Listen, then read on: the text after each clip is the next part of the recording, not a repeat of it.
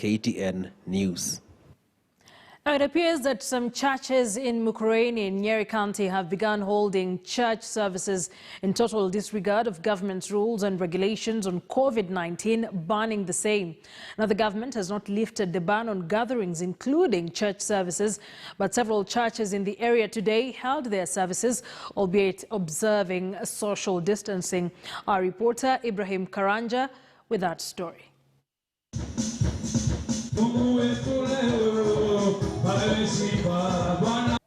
The wait, it appears, was too long and the centre could hold no more for a number of churches in Mukurweini sub-county, Nyeri County. Sunday morning and the blaring music from public address systems pierced through the space here. Church services had resumed and the sounds from the speakers was the sure way of announcing their grand return. By hearing and hearing the word of God, we have faith. Inside the worship halls, some semblance of compliance to COVID-19 regulations, but the mere disregard of the regulations and even opening up of churches in the name of live streaming is sickening. They allege to have been given a go-ahead by the area OCS. Tulianza kama wiki mbili zilizopita kutoka kwa bishop wetu, alafu baadaye alikuwa anaenda kwa OCS hapo kitambo, akapewa barua. Kupewa barua, sasa tukapata nafasi ya kwenda kanisani.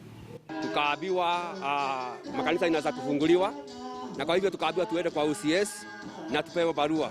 Na mimi ni mmoja wa wale walienda pale, na tulikuwa wahubiri wengi. Wale ambao hawakwenda wakati ule walienda wiki iliyopita. But perhaps the church leadership took after the political leadership, which has constantly been meeting and flouting the COVID-19 regulations. Vile nile mkakati tunafanya, tunaweka sanitizer pale, hata kwa mlango tumeweka, na mtu akiingia ndani akisika microphone amaliza kuongea, hiyo microphone tuna sanitize. Kwa kuona tu niliona watu nipange na niweke social distance. Mama niweka social distance na nikaona tu tukae hivyo tu. It could be a case of monkey see, monkey do. And who better to copy the indiscipline than CS Kagwe's own kinsman here in Mukurweini, where he served as MP. For us, we requested the office of the OCS. We mobilized. So if he doesn't have the power, we are not the one to follow. With this disregard, is it time to call out the shameless leaders for selective application of the law, or should the regulations be lifted altogether? Ibrahim Karanja, KTN News.